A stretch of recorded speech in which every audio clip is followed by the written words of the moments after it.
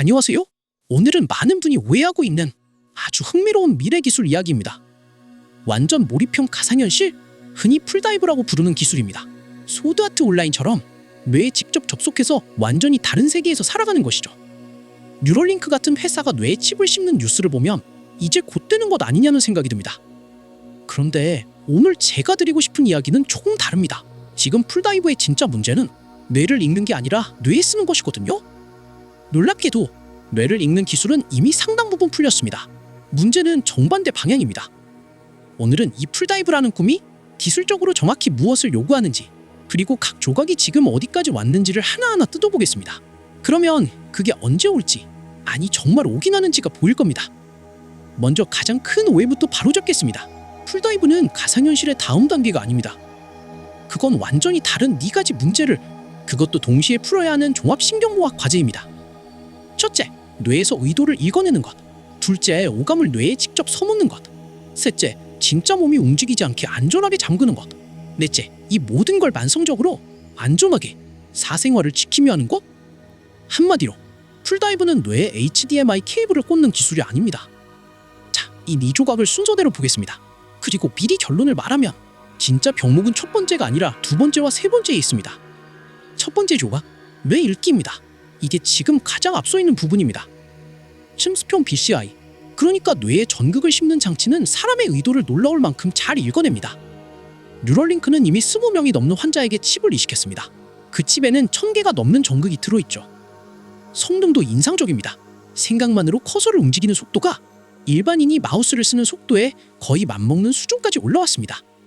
말을 잃은 환자의 뇌 신호를 음성으로 바꾸는 연구도 있습니다. 대용량 어휘로 분당 40단어가 넘는 속도를 냈습니다. 생각으로 글자를 입력하는 것도 됩니다. 양손 타이핑을 흉내내서 단어 오류율 2% 아래로 문장을 써냈습니다. 가장 인상적인 건 지속성입니다. 할루게릭 환자는 뇌칩으로 2년 가까이, 그것도 집에서 매일 컴퓨터를 썼습니다. 글을 쓰고 웹을 보고 영상 통화까지 했죠. 손가락 움직임을 따로따로 읽어내서 가상의 쿼드코프터를 조종하는 게임까지 시연됐습니다. 심지어 혈관을 통해 뇌에 넣는 방식도 있습니다. 싱크론이라는 회사의 장치는 애플의 비전 프로 같은 기기와 직접 연동됩니다. 즉, 생각으로 하는 VR 조작은 이미 현실인 셈이죠. 여기까지만 보면 정말 곧될 것 같습니다. 하지만 함정이 있습니다. 이건 공상과학처럼 마음을 통째로 읽는 게 아닙니다. 좁은 과제에서 훈련된 신경 패턴을 해독하는 겁니다. 시도한 말, 시도한 타이핑, 커서를 움직이라는 의도, 딱 거기까지입니다. 그래도 읽기는 확실히 앞서 있습니다. 진짜 어려운 건 지금부터입니다. 두 번째 조각, 뇌의 감각을 써넣기입니다. 여기서부터가 진짜 벽입니다. 풀다이브가 되려면 읽기만으로는 안 됩니다. 시각, 촉각, 몸의 위치 감각, 균형 감각, 이 모든 걸 뇌 안에 만들어 넣어야 합니다.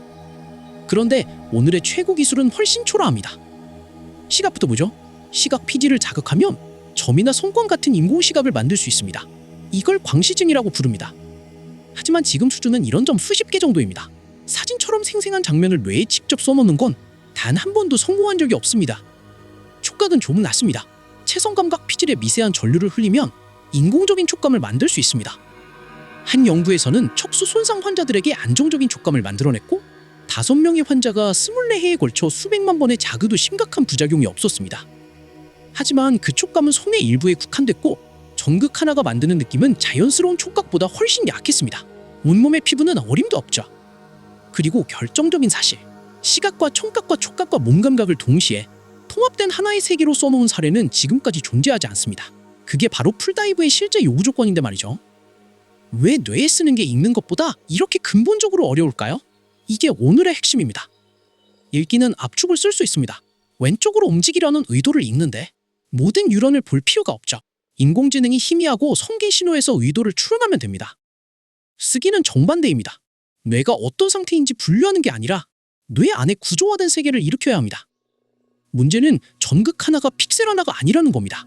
우리는 아직 어떤 자극을 주면 어떤 의식적 경험이 생기는지 그 신경 암호를 풀지 못했습니다. 같은 자극도 주의, 피로, 학습, 맥락, 그날의 뇌 상태에 따라 완전히 다르게 느껴집니다. 뇌는 데이터가 들어오는 포트가 아니라 스스로 예측하는 살아있는 시스템이거든요. 그래서 진짜 병목은 전극 계수가 아닙니다. 어떤 곡을 쳐야 어떤 경험이 생기는지 그 악보를 모른다는 겁니다. 전극을 늘리는 건 피아노 건반을 늘리는 것일 뿐이죠. 이게 사람들이 놓치는 지점입니다. 전극수가 2배가 됐다고 소드 아트 온라인이 몇 년 뒤에 온다고 계산하는 건 잘못된 자를 대는 겁니다. 이제 3번째 조각입니다. 이건 거의 아무도 이야기하지 않는데 어쩌면 가장 큰 경목입니다. 풀다이브 안에서 뇌가 달리면 침대에 누운 진짜 내 몸은 움직이면 안 됩니다. 벽에 부딪히면 안 되니까요. 그런데 이건 평범한 BCI로는 해결되지 않습니다. 내 칩은 움직이라는 의도를 읽을 뿐 척수나 근육이나 호흡이나 반사를 자동으로 막아주지 않습니다. 의학에는 몸을 마비시키는 방법이 있긴 합니다. 근위환제죠. 하지만 이건 절대 소비자용이 아닙니다. 근위환제는 수술이나 인공호흡을 위해 쓰이는데 호흡 근육까지 마비시키기 때문에 훈련된 의료진과 생명 유지 장치 그리고 되돌리는 계획이 반드시 있어야 합니다.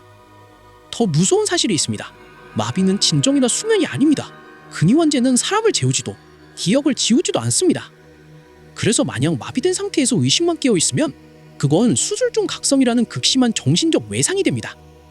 렘 수면 때 몸이 저절로 풀리는 현상을 떠올릴 수도 있습니다. 실제로 꿈꿀 때 우리 몸은 마비되죠. 하지만 그건 수면 상태를 조절하는 시스템이지 깨어있는 채로 켜고 끄는 스위치가 아닙니다. 그 조절이 고장나면 사람은 꿈을 그대로 몸으로 실현하다 다칩니다. 정리하면 안전하고 되돌릴 수 있고 의식이 있는 채로 온몸을 잠그는 소비자용 기술은 지금 존재하지 않습니다. 몸잠금은 풀다이브에서 가장 과소평가된 조각입니다.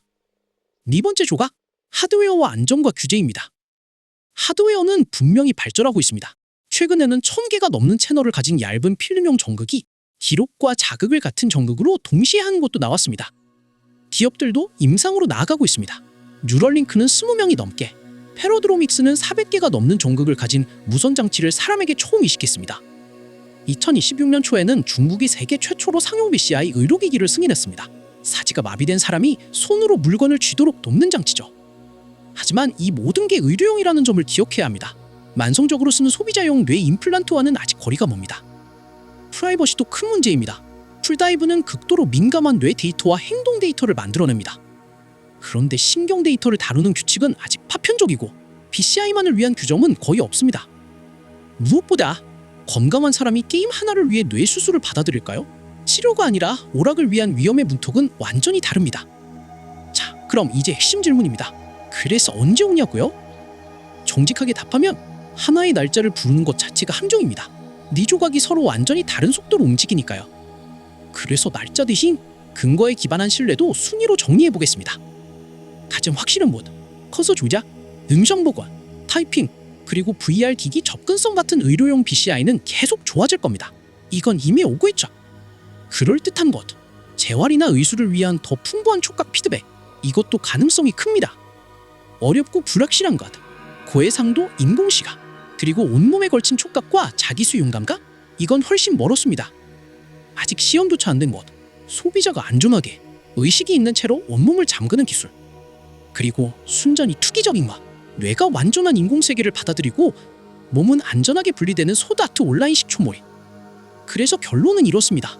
지금의 BCI는 생각으로 컴퓨터를 조작하는 손 없는 조작과 부분적인 인공 감각까지는 줍니다. 하지만 뇌가 고현실 자체를 대체하는 단계는 아직 아닙니다. 병목 지도로 보면 소비자용 풀다이브를 가로막는 건 감각 쓰기와 안전한 몸잠금입니다. 이건 수십 년 이상 걸리거나 소드아트 온라인 형태로는 아예 오지 않을 수도 있습니다. 그런데 여기서 정말 흥미로운 반전이 있습니다. 사람들이 진짜로 사고 싶은 건 완벽한 감각 주입이 아닙니다. 내가 다른 몸으로 다른 세계에 있다는 확신입니다. 그리고 그 확신은 뇌 수술 없이도 상당 부분 만들 수 있습니다. 초고해상도 헤드셋, 시선과 손과 근전도 입력, 인공지능이 실시간으로 짜는 세계, 초각 히트, 균형을 속이는 전정 자극, 걷는 방향을 몰래 트는 기술, 그리고 이 몸이 내 몸이라고 믿게 만드는 착시까지. 그래서 첫 대중적인 막물가는 뇌 안에 세계를 써놓지 않을 겁니다. 오히려 뇌가 알아서 세계를 채우도록 바깥 입력을 교묘하게 맞추는 방식이 될 겁니다. 이걸 신경 적응형 확장현실이라고 부를 수 있습니다. 이름은 풀다이브가 아니어도 사용자는 그렇게 부를지 몹니다.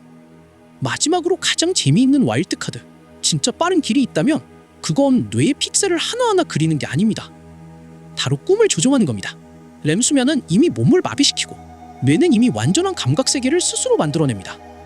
그러면 시스템은 모든 픽셀을 쓸 필요 없이 꿈의 방향만 살짝 틀면 됩니다. 페르프 수면 인터페이스와 약한 뇌 신호, 소리와 촉각 단서, 그리고 인공지능 이야기 엔진을 합치면 2030년대 후반의 불안정하지만 강렬한 풀다이브 비슷한 경험이 나올 수도 있습니다. 물론 이건 정교한 시뮬레이션이 아니라 당연히 조종되는 꿈에 가깝습니다. 자, 오늘의 지도를 한 장으로 접어보겠습니다. 완몰가는 하나의 기술이 아니라 읽기와 쓰기와 몸잠금과 안전이라는 네 가지 문제입니다. 읽기는 거의 왔습니다. 하지만 쓰기와 몸잠금이 진짜 벽이고, 그래서 소드아트 온라인식 풀다이브는 결코 코앞이 아닙니다. 진짜로 먼저 오는 완몰가는 뇌를 여는 게 아니라 뇌를 속이는 신경 적응형 확장을 실을 겁니다. 그러니 다음에 늦은가 완몰가가 곧 온다고 말하면 한 번만 되물어보세요. 그게 뇌를 읽는 건가요? 뇌에 쓰는 건가요? 아니면 몸을 잠그는 건가요? 그 질문 하나로 여러분은 이미 대부분의 사람보다 이 기술의 진짜 모습을 정확히 보고 있는 겁니다. 이 영상의 진짜 완성은 여러분의 시청이었습니다. 제 영상을 완성해 주셔서 감사합니다.